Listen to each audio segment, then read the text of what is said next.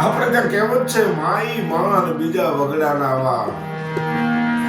હા, અને એટલે તો કહેવાય છે કે જાણવા સીધા અમર ના કરે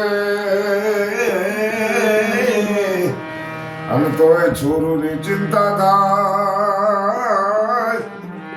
પણ આ કળિયુગ કેવો કેદાર એને અનાથાલયમાં મોકલે. આ કળિયુગનો પ્રભાવ છે. મને એક બહુ સરસ પ્રસંગ યાદ આવ્યો છે. બરોબર બપોરનો સમય છે.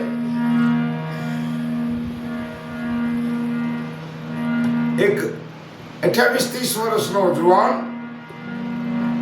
અને એટલી જ ઉંમરની યુવતી, આ બે જણ પોતાના બાળકને લઈને એક મેળામાં જાય છે.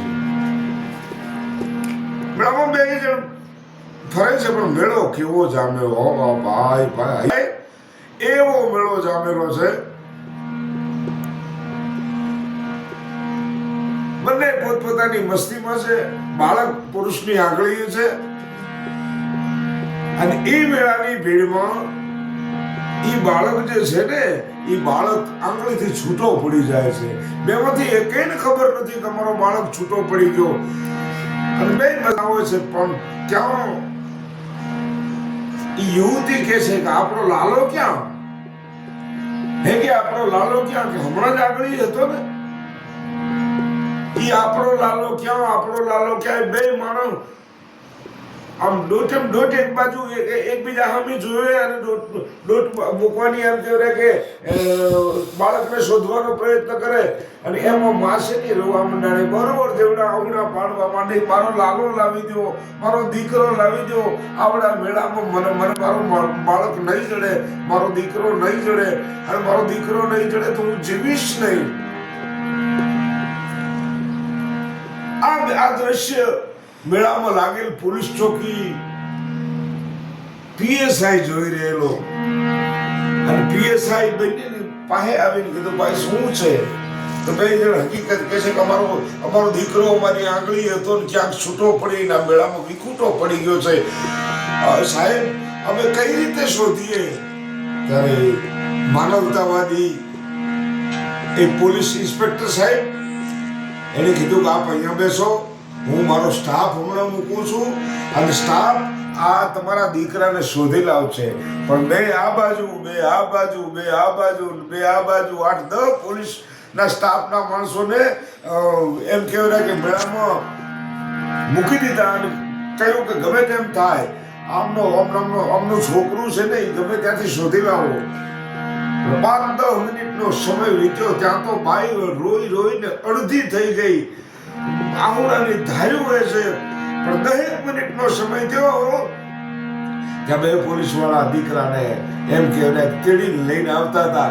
પણ 10 મીટર છેટો દીકરો દેખાતો હતો તો ગડગડતી દોટ મૂકી અને માં દોડી, મારો લાલ મળી ગયો, મારો કાળજું મળી ગયું, મારો વિહામો મળી ગયો. અને તેડીને બકીયું મને ભરવા રોતી જાય, બકીયું ભરતી જાય, રોતી જાય, બકીયું ભરતી જાય. પોલીસ સ્ટેશનમાં આવ્યા. પીએસઆઈ છાના રાખે છે, બેન છાના રહી જા, હવે તમારો બાળક મળી ગયો છે. એ બેન છાની રે ના રે, કાં તો એ પુરુષ છે, એ ધ્રુસકે રોવા માંડ્યો. ફોજદાર સાહેબ એટલું બોલ્યા કે ભાઈ, જ્યારે રોવાનો વખત હતો ત્યારે તું રોતો નતો, તારો બાળક ખોવાનો હતો ત્યારે તું રોતો નતો, અને હવે તારો બાળક મળી ગયો અને તું રોવા માંડ્યો. આનું કારણ શું? તું રડવા માંડ્યો, આનું કારણ શું? તેથી રડતા રડતા એ પુરુષ એટલો બોલ્યો તો, સાહેબ 10 મિનિટ આનો દીકરો આનાથી જુદો પડી ગયો અને આ બોર જોડડા આહુડે રોતી હતી, કલ્પાંત કરતી હતી. મારો લાલ ખોવાણો, મારો દીકરો ખોવાણો, મારો લાલીઓ ખોવાણો. સાહેબ, હું તો એટલા માટે રોવું છું કે હું એ કોકનો લાલ છું અને 8-8 વર્ષથી ખોવાણો છું. ત્યાંની માની શું દશા હશે? જેનો 8 વર્ષથી હું ખોવાણો છું, એ માની શું દશા હશે? અને એટલે તો અમારા કવિ કાગને લખવું પડે કે મોઢે